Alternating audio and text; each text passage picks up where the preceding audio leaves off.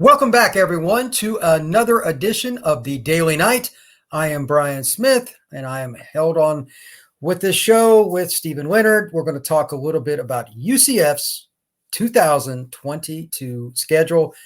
My question, as the title of this show, can UCF win 10 games with this schedule? And Stephen and I are going to break it down into three basic categories: the bottom tier of teams that they should definitely beat, the ones in the middle class that could beat them if UCF is not on their game, and then four games that, quite frankly, UCF could, and some people will even pick UCF to lose. Stephen, welcome to the show. Thank you for coming on. How you doing today, man? Pretty good. How about yourself? Yeah, I can't complain too much. This is a very unique schedule for UCF. They play Georgia Tech and Louisville, two ACC teams, not only on the schedule, but they're at the bounce house, which is nice. You get the opportunity to play not one, but two Power 5 squads in your home stadium. Good for UCF. Let's kind of go through the schedule. I'm going to throw it up on the screen here off your Twitter handle, by the way. That's kind of convenient, but it's unique how the schedule is set up this year, because sometimes you look at a schedule and you don't like the timing of game. You know, you play an option team right before this team or whatever. But in this case, UCF schedule, they start off with South Carolina State. And on your page, I know it's not very easily to read for people out there, but I'll kind of go through it. South Carolina State is the 1st of September. It is at home. The second game they play is on the 9th. So they play a Friday night game to start the season. Then on the 9th, they play a game against Louisville, both at home. Louisville, we'll go into that one a little bit more than some of the others. Obviously, Cunningham is back. He'll be a fifth-year senior quarterback. That is a very difficult game. Then they play FAU. Now, that's really unique because you're playing a team that doesn't get a lot of respect, but it's an in-state opponent. They're going to want to come here and beat you, etc. That's tough. And I don't know what to expect out of them, to be really honest. I really don't. I know you have some opinions about it. Yeah. I'm just going to go through here generically, then I'll go back through. Georgia Tech's the 24th of September. They've got SMU on the 1st of October. The 13th, they have Temple. On the 22nd, they have East Carolina. On the 29th, they have Cincinnati. On the 5th of November, they have Memphis. On the 12th, they play Tulane. Navy rounds out the home schedule on the 19th of November. And then they go to South Florida for the last War on I-4 game. That is the 25th of November, Thanksgiving weekend on a Friday. Looking at the schedule, I think I might have goofed. I think the September 1st, that might even be a Thursday game. And then Louisville the next week's a Friday. Yeah, I think so. Yeah, I think that's what it is. And then they play Thursday one week, Friday the next, and Saturday the weekend. That is goofy. That is really goofy. That kind of stuff drives Gus nuts. But anyway, Shout it is out what it to is. the AAC for making the schedule so amazing.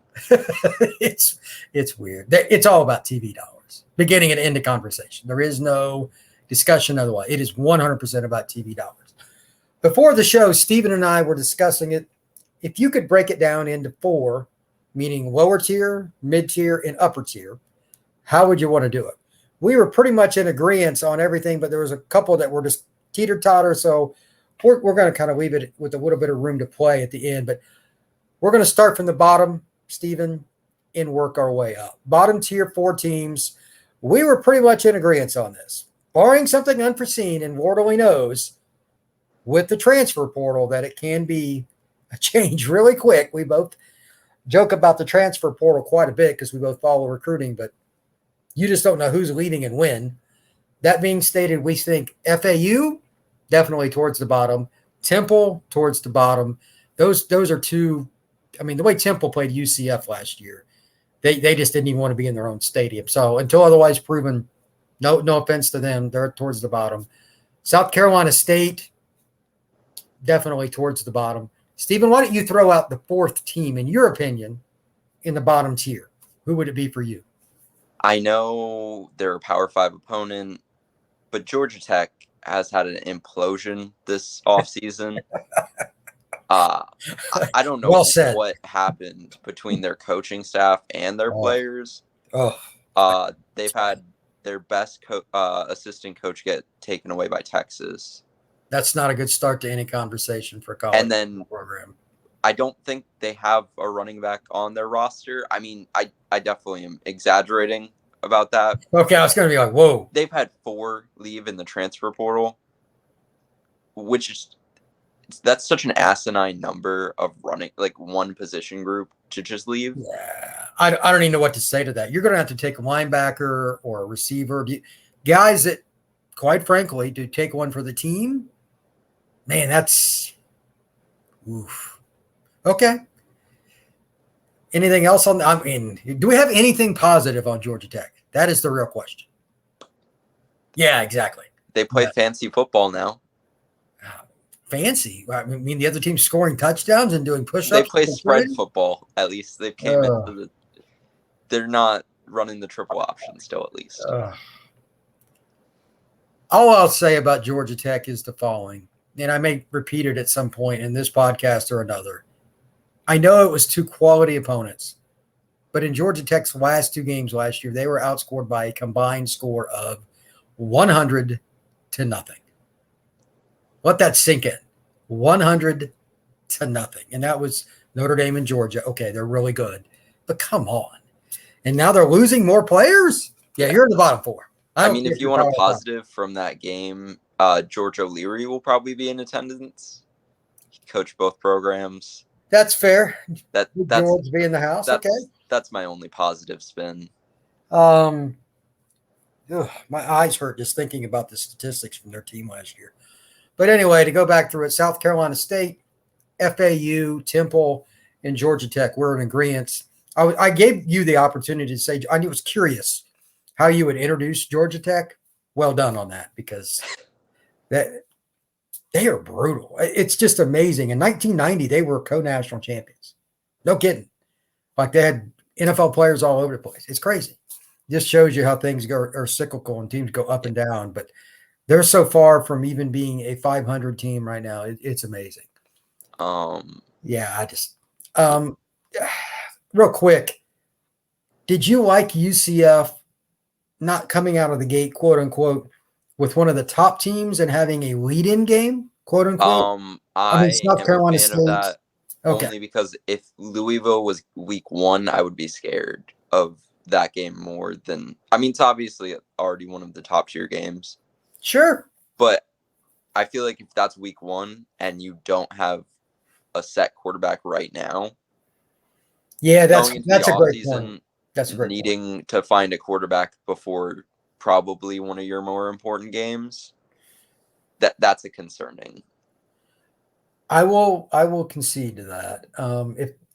If they come out of spring, and not that Gus will do this, and I have no insight into the following, but if somebody was named quarterback, Hayes our guy, then I wouldn't have cared as much.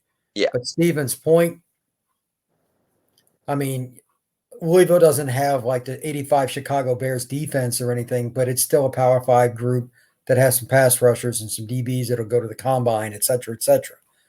That being stated, I'm glad they're game number 2, not game number 1. The FAU game is very interesting. And I brought that up a minute ago. Here's why I say it. Win, lose, or draw against Louisville. I do not care what the coaches at UCF do, and this will drive Gus crazy, but it's just part of the coaching profession at this level. They are not going to be able to get their players to the highest point emotionally and mentally ready to play after playing Louisville. I know Gus knows that. I know that T. Will and Lindsay, the entire staff knows that, and it will make them angry from now until that game is completed. That game still should be a 17-point game or more. Why? FAU is just not good. But it is a team that is in the state of Florida, and they get no respect, especially from me. I have no respect for Willie Taggart as a coach after what he did at Florida State. He was terrible. And he ran that program into the ground in less than 2 years. Only thing I'm worried about there is that UCF comes out so flat, whether they win or – again, I don't think it matters if they beat Louisville or not, that they come out so flat in that game, it's a lot closer than it should be, and it tarnishes UCF's reputation the rest of the year. If you win that game by like 10 points or 7 points or something, that doesn't look very good on the resume. I don't know if you want to comment on that, but again, nobody's going to pick UCF to lose to that game really, except for the FAU players. But I mean, Steven, if you want to comment on it, fire away. But that gives me the willies thinking that might happen. Obviously, FAU aren't supposed to be battling with UCF. Like, that should realistically be a blowout, even with the brain power of players going off of a big game in Louisville, and then they have another group Power 5 opponent the following game. So if it's sandwiched in there, I guess you could say, oh, maybe it distracts them a little bit. But the last time UCF played FAU, it was also a road game. Road in air quotes. The stadium was more UCF fans than FAU fans, but true. It was Dylan Gabriel's first start, and they demolished FAU, and that was supposed to be a good FAU team. This isn't a good FAU team, so it should still be similar to that result. It is what it is, man. You got to go through those mental hurdles, and that's a challenge. The week after FAU is Georgia Tech. It's a Power 5 team. I know they're not good. We just discussed it at length, but a momentum builder there. It's very important they do well early in that game and get starters out, because after they play Georgia Tech, and I'm not taking any discussion other than to say they're winning by double digits here. I will not have it on my show. Steven, you're not allowed to say otherwise.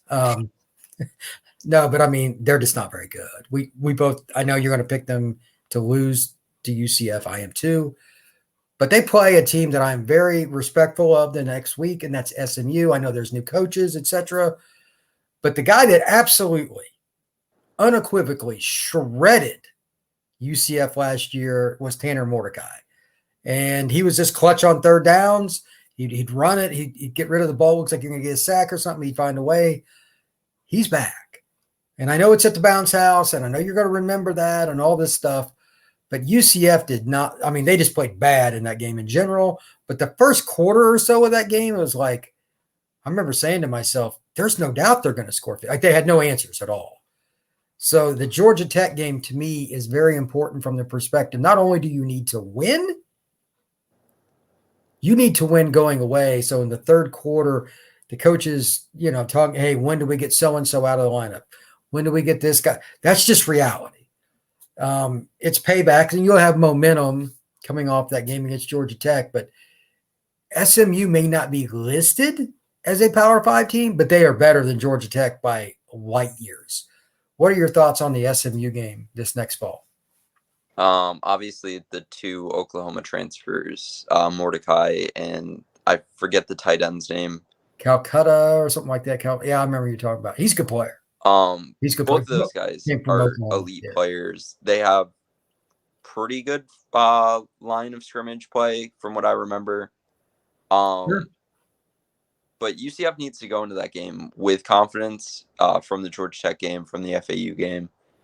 And they also can't let themselves, even in the game, they can't let themselves get too high of a horse. Right. Because they were up 14-0 on SMU. It's amazing that they got blown out after that happened. You just gotta keep on a even keel. You can't get too full of yourself.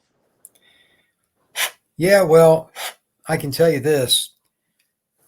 When SMU came back, it was like a dam broke. I mean, any play they called, draw, screen, quick slant, double move, it didn't matter. It was complete, or they got at least 4 yards on a scramble. Anything that was 50-50 went SMU's way. I'm hoping that UCF as a defense in particular, because they were just gashed. There's nothing correct about how I'm going to say this. They looked awful in that game. If they do not remember that, that's on the UCF players. The staff got out-coached, okay, but this is a pride factor.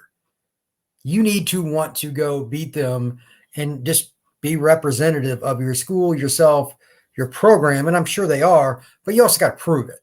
Talking before the game and bouncing around your head, moving around is one thing. Standing over the quarterback after he's been sacked is quite another. So UCF has put together a lot of pieces, especially in the front seven, Because if you remember SMU, I mean, they're a passing team, but they were averaging like 5-6 yards a carry even early in the game. And as the game went on, it was like 7 yards a pop, and they couldn't stop them running the ball. So getting Lee Hunter and some of these guys to come in, Terrence Lewis, they may not have been a part of that, but I'm sure they're going to be made aware. Hey, this is why we brought you here. So I'm hoping that's a big factor. So that is one of the games that I think is very critical to UCF season, because especially if you lose Louisville and you lose SMU, the luster is off the season, because you got to win at least one of the two games that you could make the argument those are the two toughest games of the season. At least it's in discussion. We'll talk about that in just a second. That's really hard to get the troops back going. If you lose at home, second year in a row, you would have lost two games to big teams. That would be tough. Conversely, if you're 5-0 at that point, then you go into, no offense, but Temple is going to get trounced, and UCF is 6-0. I mean, you're talking about a team that's thinking, hey, 10 wins is kind of the bottom. That SMU game has a lot of meaning. Are there any other concerns that you have about SMU? I mean, their offense speaks for itself. It's very good. But anything else you want to add, Stephen? From an athleticism perspective, I think their defensive backs, you have Cincinnati, Louisville, and SMU, realistically, that I think can keep up with speed at wide receiver for UCF. Because Jalen Robinson and Ryan O'Keefe are two of the fastest receivers in probably the country, if not, I mean, the conference, obviously. But SMU's DBs are the only ones that are athletically capable of keeping up with them. I think there's a lot of truth in that statement. I mean, you have individual guys, and Memphis has kids, and you know, Tulane has some kids, et cetera, kind of under-recruited guys under the radar. But to be realistic, SMU doesn't have to go far to recruit. They're in freaking Dallas. Yeah. You know, I've already been to Dallas once for a tournament this year. I'm going back for Under Armour, and there's possibility I'll be back again after that. Dallas is loaded. They don't have to go far. So there's a reason Steven says that. Okay, unless you have further information than I think we can pretty much just cross Temple off. That's a game I'll be really blunt here. If they lose or even come close to losing that game, I will not be friendly in my after game column. That team last year, man, watching that game was brutal. They didn't even look like they wanted to be there. What are your thoughts on Temple? I mean, maybe they should go to FCS, because like what? They're bad. Why are they there? You know what's funny? The guy that was the quarterback last year was a national recruit, signed with Georgia, and now, I mean, he couldn't do anything. Real Mitchell? No, Mathis. Oh, okay. He was a national recruit. He's terrible. He's quarterback the year before, Real Mitchell, he also national recruit, went to Iowa State. He was on the QB1 show. He physically handed the ball off to Eric Gilliard, who's now transferred to Kansas, but he handed the ball to the wrong player. That was a harbinger of things to come in future seasons. Wow, that's hilarious. You can't make that kind of stuff up, man. That's just great. That's just great. Yeah, I'm picking UCF to win by 20 there. Next. Good luck to Stanley Drayton. Yeah. First head coaching role.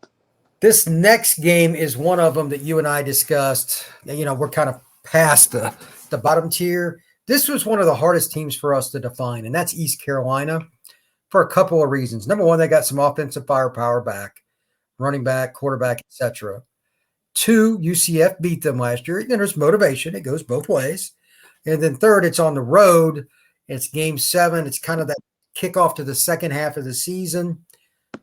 Is East Carolina, quote unquote, more talented than UCF, especially with UCF's ability to get transfers? I say no. I mean, you're certainly entitled to your opinion as well. But I just feel like, because that game was close last year, that's a game you could lose. Road games, if you have, you know, special teams problem, or if you have one extra turnover more than normal, things can spiral. What do you think about East Carolina? Where do you put them? Are they like number 5, number 6, or just outside of that top 4? Where do you put them on the UCF rank? I think they're still in the 4 to 6 range, but I have them as number 6. Yeah, it's kind of what I think too.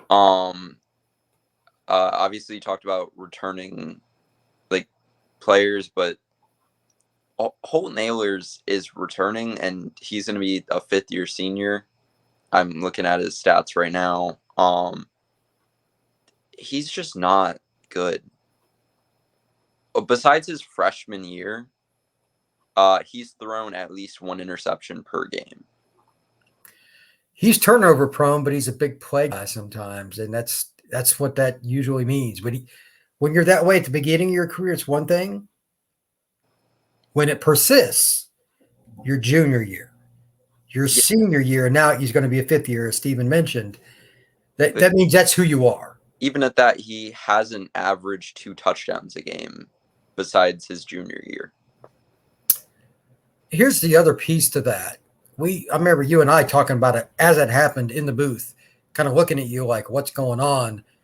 UCF had a couple of games where it was like, the DBs, here we go again. And then we got to about the midpoint. It was either Memphis, I forget which game it was. It might have been Memphis. The DBs just, the light went on. Against a kid like this who tends to give the ball away, UCF might have a little better chance. I'm a big proponent of Devontae Brown having a good year this coming year. Might even be good enough to get drafted after this next season. And they've got some other young DBs that are really good too. This could be the kind of game where you get 3 picks. Because if you get them down and it's obvious passing situations, with a guy that likes to take a few too many chances, the ball can go the other way. I like UCF in this game, but like you, they're somewhere around the midpoint.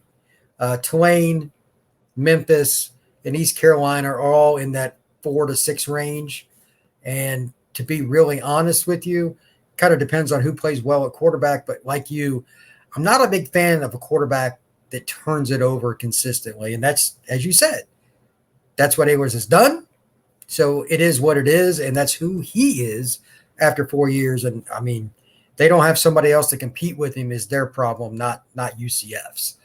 The next game is the one that from a perception standpoint outside of the Power 5 will be ranked number 3. I'm not sure that it is, and I'm not saying they aren't going to be good, but when you lose as many players as Cincinnati did, quarterback, running back, both corners, DN, I mean, you're talking about guys getting drafted at critical areas. Corner, DN, and quarterback are the 3 most impactful positions on a scoreboard, period.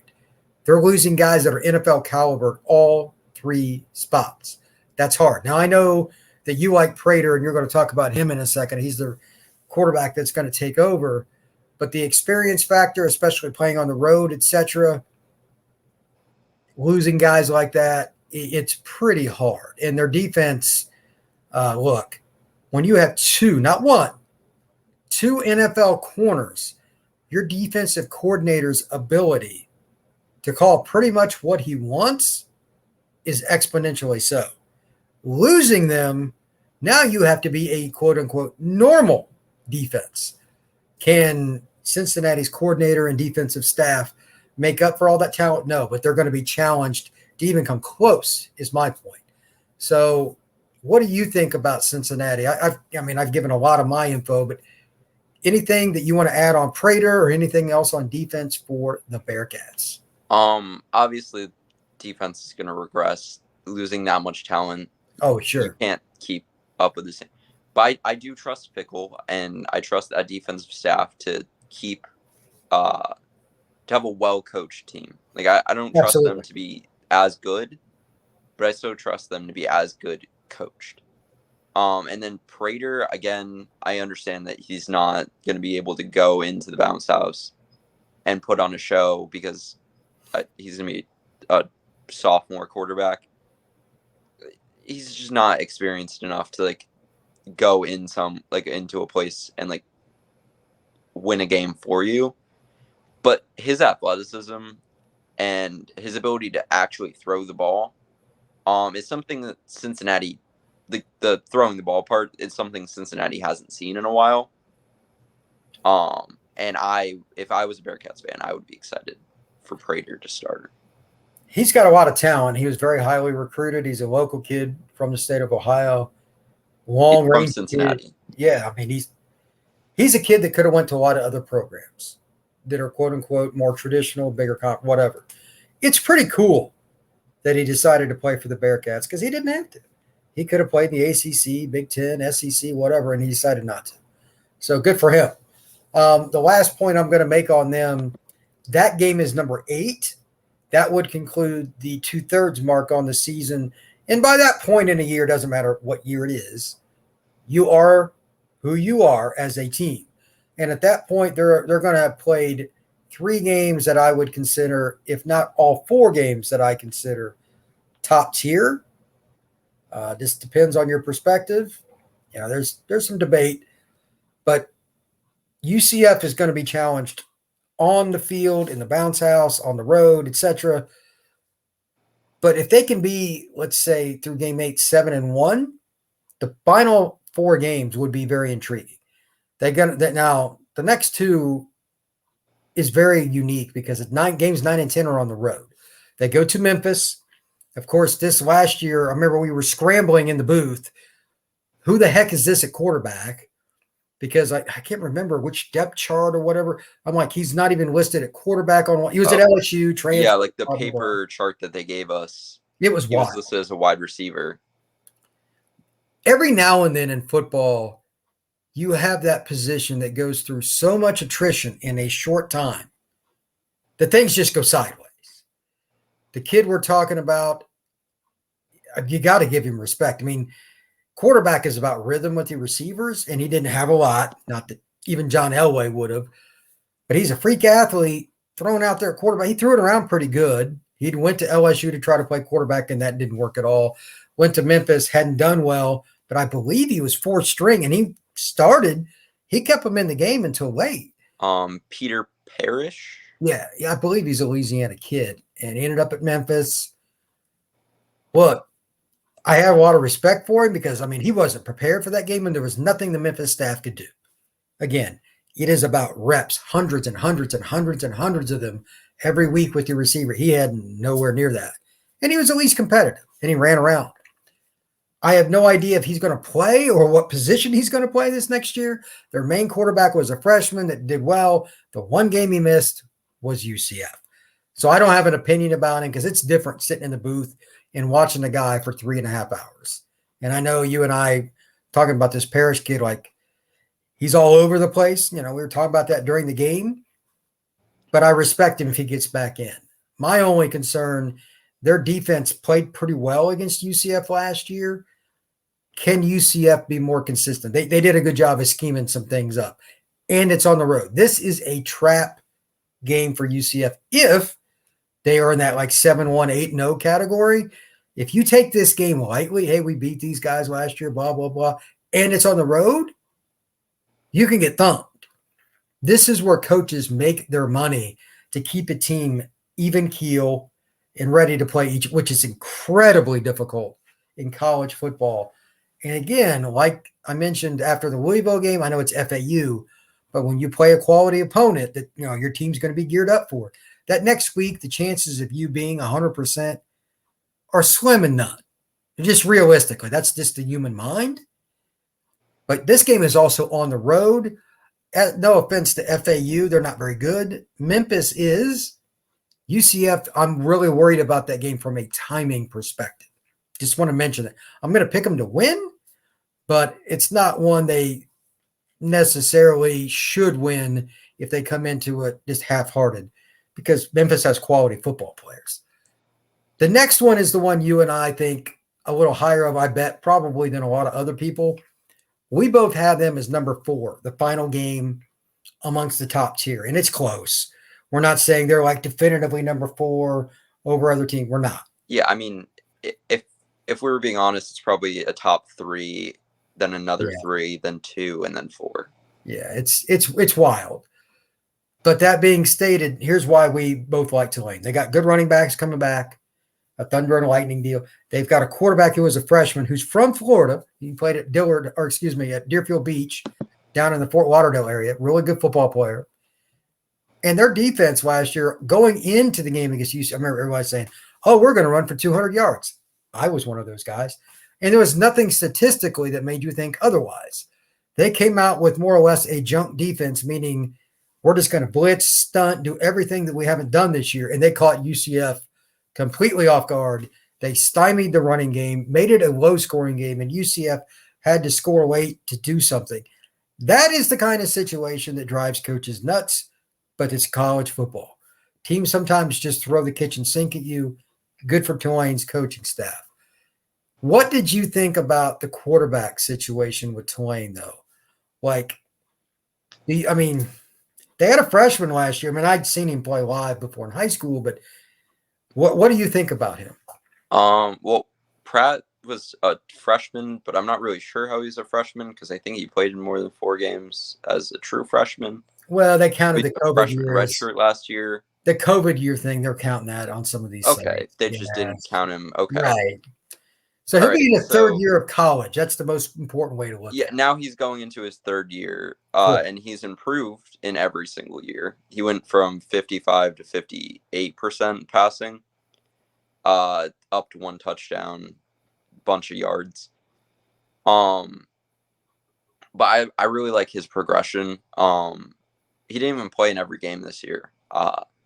That's how much he's like better as a freshman redshirt than he was as a freshman. I want to see him take another leap as a sophomore redshirt, and I think he will do that. Right. And that's why I do have Tulane as the 4th game. I just liked the running backs for the first thing. I thought they were both really good football players, and that makes a guy like Pratt, who he played in high school with what they call the Roosteries at Miami, and a kid who just signed with Iowa. To have 2 Power 5 running backs in your backfield in high school is nice. And he had 2 guys like that at Tulane that are really good that were under-recruited. To that point, they're going to be very difficult offensively. And UCF was so up and down. That was my last little piece for why I ranked them number 4. If UCF, again, this is a road game. If you go into that game flat, injured, or your quarterback just doesn't play well, etc., and you put the defense in a tough position, at home, Tulane is probably not going to be very friendly for you. They're just not. So to that end, last piece on them, you better come out playing well in the first half because those 2 running backs are freaking good. And UCF needs to be ready for that. But having Lee Hunter, by the way, that is so valuable. So valuable. Also, that's 2 straight road games, and that's the only stretch for UCF to do that at any point this year. Yeah, that's true. That is true. 4 out of the last 6 are on the road, but those 2 right there, that is tough. The next game is the one that I despise in general. I've said this 1,000 times, and I will never relinquish this. I hate option football in the truest sense, the dive option stuff. It's boring to me. I don't like it. It's effective, not arguing that. UCF will then come home for its last game on senior day to play the Navy midshipmen. They beat UCF last year in large part to a horrific, maybe the worst play of the year for UCF. You can make that argument. The block punt at the end of the half, they scored. If UCF doesn't have that happen, they win. They win. But they didn't. Nobody wants to play the option, especially defensive linemen and outside linebackers who are getting chopped all day. I don't blame them. But they were not a very good football team last year. UCF handed them a game. That was their one game they laid an egg. No ifs, no ands, no buts. What do you think about Navy being on senior day? You've watched UCF for a long time, longer than I. Do you think that it will matter that, I mean, they weren't good last year. I get it. But, there's momentum for coming into that game. It's, senior day. How much do you think that will matter? I think that's actually a super big advantage for UCF. Okay. Because it makes the game mean a lot more than just being Navy and just looking ahead to the next week against a rival. Okay. Senior day, that's super important to, I think UCF has a lot of seniors. I think it's over 15. So you have a bunch of players. This is their last chance to play at the Bounce House unless they're in the conference championship. Right. So that's super important. Well, here's the question then. Does Navy have a decent year, and does that add motivation? I have a lot of respect, and I'm going to try to pronounce this right. Kendia Latamaloa. I'm not sure how close I came. That head coach at Navy. If you're going to run option football, he's tremendous at it. And he gave UCF fits last year with the pitch. They didn't defend it well. It wasn't coached well, wasn't played well, period. UCF struggled. And as much as I respect UCF staff, that was one game they just didn't get it done there. I'm going to be curious to see if they fix some of those problems. And again, having Lee Hunter helps a lot because you got a 320-pound guy in the middle to try to take the dive. That helps. I mean, realistically, he's an NFL talent. But at the same time as well, you got to prove it. And with the game the following week against the Bulls in Tampa, that is still somewhat of a concern. Senior day, I agree. I think it's a big advantage. You don't want to play Navy a week after a good game in a meaningless spot in the season. That can be trouble. That's what happened last year, to be really honest. Yeah. So that's really important. The last game, of course, it's the one that they're somewhere in the middle. I don't think they're a great team, but they're in the middle tier, and that's USF. They could end up in that top 4 teams, depending on how well the quarterback improves. Look, he is a freakish athlete, but at the same time, he could throw it to me or he could throw it to you as well. He progressed from the beginning of the year to where he was at the end, night and day. Because if UCF had played him in like game 2 or something, UCF wins by 20 points. But he was a freshman, and McClain is a very talented guy. What do you think about this? Like, it's, at least to our knowledge, the last game on I-4 for a while. I mean, it's not like they're never going to play again. There's a lot of political things going on there, and I'm not going into that on just a basic show regarding UCF's 2022 football schedule. But do you think the added part, hey, we don't know when this game's going to play again, will add something, not just for UCF, but for the Bulls of USF as well? I mean, that it's going to be their senior day. It'll probably be their last game of the season.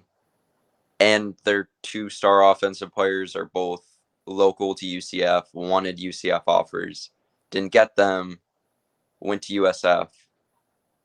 They feel a little bit outraged by that. So there's so much animosity between USF players and UCF already that it's going to be a dogfight no matter what. Doesn't matter what the records show. Throw those out the window. I would agree with that. The other thing I would agree with is that the team, if I had to wager, I don't like pick a stat, Brian, blah, blah, blah. The team that has fewer penalties will win this game. And what I mean by saying that, that's an easy stat to go to. But penalties oftentimes denote attention to detail. They denote following the game plan and playing with intelligence instead of emotion. When 2 teams dislike each other, and there's no question these 2 teams do not get along, to see a team have 100 yards in penalties is not shocking. There were some stupid penalties both directions in the game last year. It was like, oh my God, that's just so dumb. I remember saying that about both teams. Just so dumb. And it was out of character. Part of it, without question, was emotion. So both teams will be a little more experienced this year. Both teams started freshman quarterbacks. I mean, you don't see that very often in college football, even today's era. So they'll be more experienced. I'm just curious to see how disciplined, when one team does something stupid, and one of them will, how the other one reacts. And is there a point in the game where somebody gets a cheap 7 or 10 points off dumb penalties and or just emotionally poor decisions? So I think UCF is going to win that game. I'm just going to go ahead and call that now because I don't have faith in USF as a whole, especially their offensive line and stuff like that, although they got a ton of transfers. So we'll see how it meshes. It could be pretty good. What was it? They got 15, 16 transfers? I forget. It's insane. Yeah, they have like an insanely large transfer class. So they got kids from Power 5. They got kids from other parts of the non-Power 5, but they got a lot of athletes. And maybe that'll work out for them. I do not know. What I do know is that USF is going to be mad, and it's the last game. Is it going to be easy? Is UCF going to win 41-7? No. But it's intriguing. So I'm going to bring this down now. Just the last couple of points before we wrap this up, Stephen. This is the last schedule before the Knights go into the Big 12. And the way it's laid out, while not a Big 12 schedule, I'm not saying that it is, this is a great way to segue in because you have 2 Power 5 teams coming to your house. You got to play Navy, which is uncomfortable. Nobody likes to play Navy ever. It's the last year for the rivalry, the war on I-4. You're going to have a few teams like Memphis, East Carolina, Tulane that all have decent talent to good talent at running back and experience at quarterback, all coming back. And there's that wild card, even though they're listed as a non-Power 5 team. SMU's really – they're better than – it's not even close between them and Georgia Tech. This is not an easy schedule. So any thoughts, just generically speaking, overall about the schedule that UCF is going to play in 2022? I think they get lucky a lot with like harder games being at home. Because you talk about the Power 5 teams. They play Louisville, Georgia Tech, and Cincinnati all at home. I got SMU at home too. SMU also at home. Yeah. I think it's 9 games in the state of Florida, and one of them's in Boca Raton, and the other one's in Tampa. Yeah, the only games they play outside the state, they go to New Orleans, they go to Memphis, and they go to East Carolina. So that is bizarre. 9 out of 12 within your home state. The bill will be much less, and I'm sure the athletic department likes that. But that is wild. They'll only have to take 3 trips on a plane all year. So last point for me, and then I'll let Steven take a shot if he has. I'm going to say conservatively, bottom end, and there's too far to go for me to nail down an exact number. Bottom end for me for this next season is 9-3. That is my expectation. I don't even know who the quarterback's going to be, so trying to give that a wholehearted answer is dumb. But they have so much defensive talent coming back, especially in the secondary. They added Terrence Lewis, they added Lee Hunter, Katie McDaniel, Kobe Perry. That they have a lot on defense. If they can figure out quarterback, my goal is minimum 10 wins. What say you? 9-3 is also my floor. Obviously you have the Memphis, Tulane, East Carolina. Right. And those are, I think, the trip-up games. I agree. And then you have SMU, Louisville, and Cincinnati as the 3 big games. Yeah, I mean, I did a whole show basically about Louisville at one point. I think that the Cunningham kid has tremendous talent. If UCF wins it, this is what I will say about the schedule. If they win the game against Louisville, we have no idea. But if they do, I will be disappointed if in the regular season, conference championship aside, the Knights do not finish at 10 or more wins. Because Louisville is the best team on the slate, and if you've already beat them, that means you probably let yourself down. So with that, you got anything else you want to throw in there, bud? Speaking a little bit on Navy, special team, that's more my wheel set. That practically lost them the entire game. Was terrible special teams performance. Terrible. They did pick up a single yard. It should have been a touchdown, but it was miscalled on a reverse to Daniel Obarski on a fake field goal. I really want to see them try that again with a kicker that runs a 4.3. Because Colton Boomer could do that pretty good. He's got a great leg, too. Man, I watched him kick. Holy crap. He has a leg. He has a leg. And he can run. So maybe they try that again. Potentially speaking, yes, that is possible. We'll see when the situation arises. But as people know, Gus Malzahn is not afraid of trick plays. He's never been that guy. And I highly doubt that Gus Malzahn will ever be that guy. So before we go, make sure everybody hits like, subscribe, and please hit that notification button. And above all else, I hope you come back to see us again. For Steven, I am Brian. We will be back again soon.